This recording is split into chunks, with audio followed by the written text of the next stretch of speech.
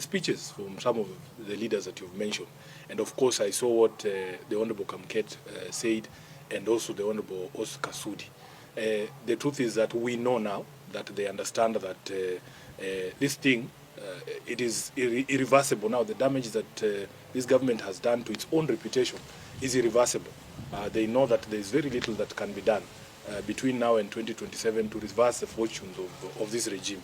So you can see that they have become irritated, agitated. The young Kenyans on social media have succeeded in getting under their skin. If you go to a function and speaker after speaker is only talking about social media and curtailing the freedoms of the young people, lecturing us about respecting other people, and yet these are some of the vilest politicians on the mic. They themselves cannot show you the respect that they want other people to show them. So for me, it is the clearest indication, and I want Kenyans to take confidence in the strength of our constitution to defend itself. Nobody can stand somewhere and tell us they will manufacture another president for 24 years. It will not happen. Honorable Kamket should be told. It will not happen. This is not 1980. This is not the generation that they used to sell fear to. The Kenyan of today is a Kenyan who understands the constitution, their rights. They know for a fact that you cannot impose yourself on Kenyans. I am telling you, the only way for any elected leader to win re-election is to do the things you promise to do for Kenyans, is to make the lives of Kenyans better. Now that they understand that it is going to be impossible for them to deliver on any of the promises that would make Kenyans look at them favorably, they are now openly threatening to violate the constitution and the rights of Kenyans and to try and force themselves upon the people. As a person who was in the campaigns in 2022, when we were being backed by a sitting president, these are not strange pronouncements.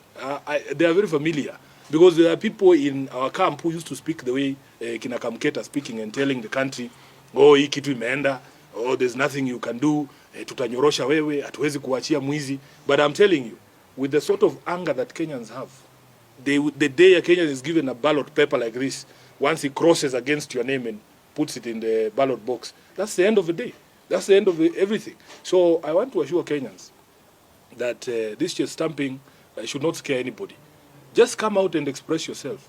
Speak, because these constitutional freedoms that we enjoy, they were very hard fought. They were fought for by blood and sweat. You know, you can see that there's a lot of nostalgia from the old Kanu Hawks to go back to those days where you could just abduct someone and throw them into a prison without trial. But at least that was the law then. It was legal. There was a law that backed that detention without trial. But that law does not exist anymore. The Constitution now requires that if you arrest somebody, you have to produce them to court within 24 hours and charge them. And you have to demonstrate to the magistrate why you need to hold them in custody. The reason why they are abducting these young people is because there is no law that exists that says you cannot insult a leader. There is no law that says that you cannot insult the president. In fact, our High Court has already said that the freedom of expression extends to insults. The freedom of expression does not mean I have to be nice to you. It doesn't mean that I am forced to say things that you want to hear. Freedom of expression means I have to speak the way I see things. And instead of them addressing, why are Kenyans so angry? How did we get here? Because after the president was elected in 2022, by all accounts, William Ruto was one of the most popular politicians in the country. What did he do in the intervening period to lead to a place where he's being insulted left, right, and center?